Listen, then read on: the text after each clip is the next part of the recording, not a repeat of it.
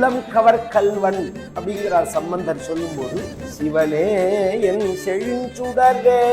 கூப்பிடறதுக்கு வரவால கூப்பிடறதுக்கு கூட ஆள் கிடையாது. அதனால கல்யாண மண்டபத்துக்குள்ள வரவால இவரே கூப்பிட்டார்னா எல்லாரையும் வாசலுக்கு வரவேற்க முடியாது, எல்லாரையும் உட்கார்ந்த இடத்துல இருந்தே வான்னு சொல்ல முடியாது. பிரம்மா வந்தவுடனே தலையாட்டி வாங்குவோன்னாராம். கம்பேன மூர்த்தனா. சங்கிலியை கட்டி வச்சோன்னா என்னன்னா, இங்க ரொம்ப நன்னா இருக்கேன், இந்த சங்கிலியை போட்டுனா இன்னும் நன்னா இருப்பேன். அப்பதான் தன்னை ட்ரெஸ் பண்ணிக்கோன்னு சொல்றான்னு பகவான் அப்படி கண்ணை மூடி கண்ணை திறந்து அப்படி அப்படி உடம்ப தடவினான். சுந்தரேசம் சுந்தராஸ்யம் சுந்தராயத லோச்சனம் சுந்தராபியாம் புஜாபியாஞ்ச சுந்தராவயவை கிருத்தம்னு சுந்தரம்னாலே அழகுன்னு அர்த்தம்.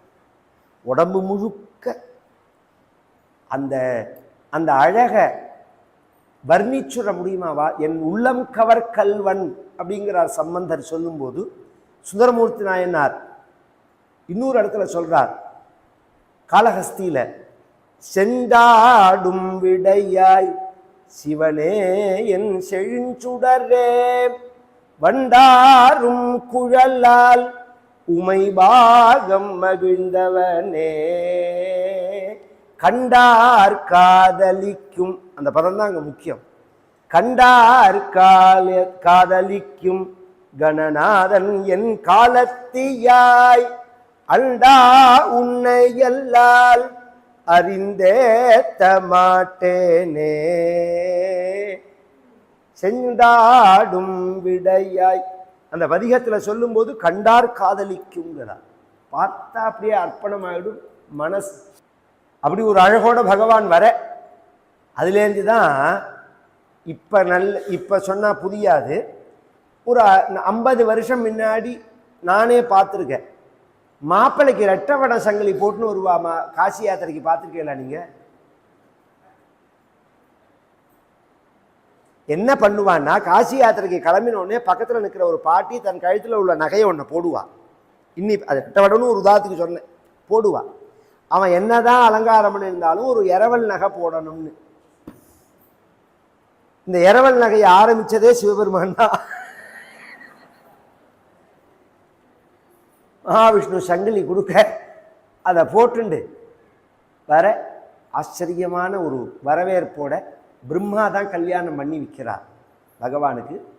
மண்டபத்தில் வந்து உட்கார்ந்துட்டார். இவருக்கு அப்பா கிடையாது, அம்மா கிடையாது. அந்த பக்கம் எல்லாம் உண்டு. பிரவரம் சொல்றது எல்லாம் சொல்ல முடியும். இன்னாருடைய கொள்ளு பேத்தி, இன்னாருடைய பேத்தி, இன்னாருடைய பொண்ணு, இதெல்லாம் சொல்லலாம். இவருக்கு என்னத்தை சொல்றது? இவருக்கு என்னன்னு சொல்லி கல்யாணத்தை பண்ணி வைக்கிறது? கூப்பிட்றதுக்கு வரவால கூப்பிட்றதுக்கு கூட ஆள் கிடையாது. அதனால கல்யாண மண்டபத்துக்குள்ள வரவால இவரே கூப்பிட்டார்னா. கம்பேன மூர்த்தனா சதபத்ரயோனிம் வாசாஹரிம் விருத்ரஹணம் ஸ்மிதேன ஆலோக மாத்ரேன சுரான சேஷான் சம்பாவயமாச யதா பிரதானம். அப்படியா இன்ச்சு இன்ச்சா விஷன் மாதிரி பார்த்து வர்ணிக்கிறான் காளிதாசன் இந்த பார்வதி கல்யாணத்தை. இப்படி உட்கார்ந்துட்டார்.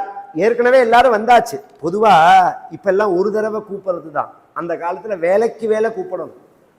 கல்யாணத்துக்கு இலை போட்டாச்சு வாங்கன்னு கூப்பிடணும். ஒரு தடவை போய் கூப்பிட்டாதான் வருவா. அதையும் வந்து ப்ராப்பரான ஆள் கூப்பிடலன்னு வச்சுக்கோங்க. யாராவது ஒரு வேலை தான் கல்யாண வேலைக்கு கூப்பிட்டாச்சு, 4 நாள் கல்யாணத்துல அடுத்த வேலைக்கு யாராவது ஒரு பையனை விட்டு அனுப்பிச்சா, என்ன பொடிச்சா அடிச்சா அனுப்புற, நண்டு சிந்தெல்லாம் கூப்பிட்டா வருவோமான்னு கேட்பா. ப்ராப்பரான ஆள் தான் போய் கூப்பிடணும். அதுவும் நாமும் தெரிஞ்சுக்கணும். பத்திரிகையை அடிச்சு ஊர் முழுக்க 5000 10,000 கொடுத்துட்டு வந்துடுவான். கல்யாணம் முடிஞ்சோடனே யார் வந்தாலும் யார் போனாலும்மா. அதுக்கு நீ கல்யாணமே பண்ண வேண்டாம். உன்னால அவாவா 1000 வேலைகளை விட்டுட்டு தான் வரா. உன்னால ப்ராப்பரா ஐடென்டிஃபிகேஷன் பண்ணி அந்த ரெஸ்பான்ஸ் பண்ண முடியும்னா தான் கல்யாணத்துக்கு கூப்பிடணும். அந்த வரவேற்கிறதுல உள்ள வித்தியாசமும் இருக்கு. எல்லாரையும் வாசலுக்கு போய் வரவேற்க முடியாது, எல்லாரையும் உட்கார்ந்த இடத்துல இருந்தே வான்னு சொல்ல முடியாது. இவர் கிரேடு வழியா வர்ணிக்கிறார். பிரம்மா வந்தவுடனே தலையாட்டி வாங்குவோன்னாராம். கம்பேன மூர்த்தனா சதபத்ரயோனிம். விஷ்ணு வந்துட்டார், அதை விட ஒரு கிரேடு கூட. வாசாஹரிம் விருத்ரஹணம் ஸ்மிதேன. வாங்கோ வாங்கோ அப்படின்னார் விஷ்ணுவை.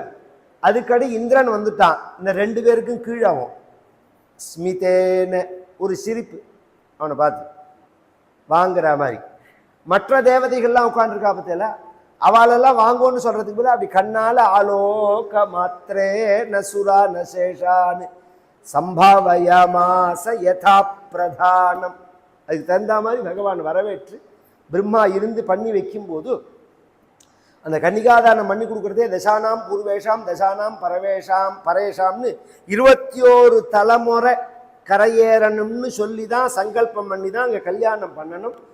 மேலும் இது போன்ற சிறப்பான நிகழ்ச்சிகளை காண இப்போவே லைக் பண்ணுங்க, ஷேர் பண்ணுங்க, மறக்காம சப்ஸ்கிரைப் பண்ணுங்க.